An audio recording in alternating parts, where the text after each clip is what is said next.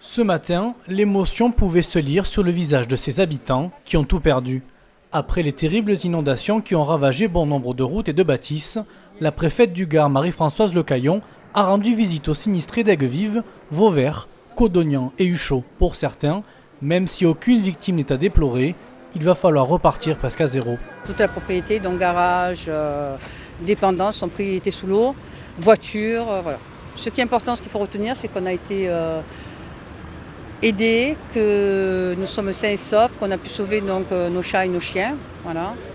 Le reste, on reconstruira. On a une maison très solide qui est encore là et qui a un mur traditionnel. Voilà. Donc notre maison est là, tout le reste est parti, mais c'est pas grave, ça se reconstruit. En compagnie des maires de chaque commune et du député Nicolas Maisonnet, elle a été à l'écoute de ses habitants qui souffrent encore beaucoup aujourd'hui.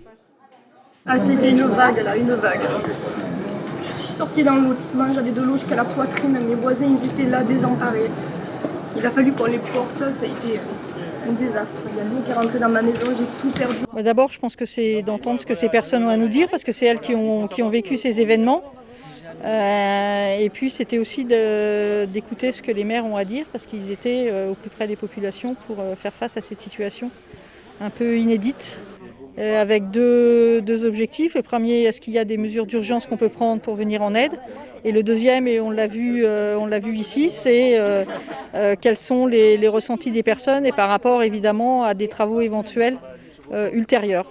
Pour prévenir d'éventuels risques d'inondation dans les années à venir, une digue, de l'autoroute jusqu'au canal du Baronne, devrait bientôt voir le jour.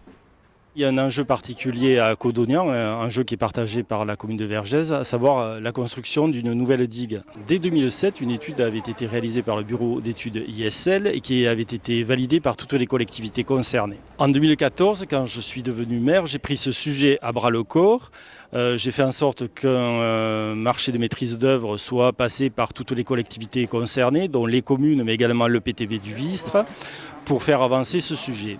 Aujourd'hui, la digue est quasiment conçue. Il nous manque à obtenir les autorisations, le financement dans le cadre du PAPI, mais ça avance, et enfin passer les marchés de travaux.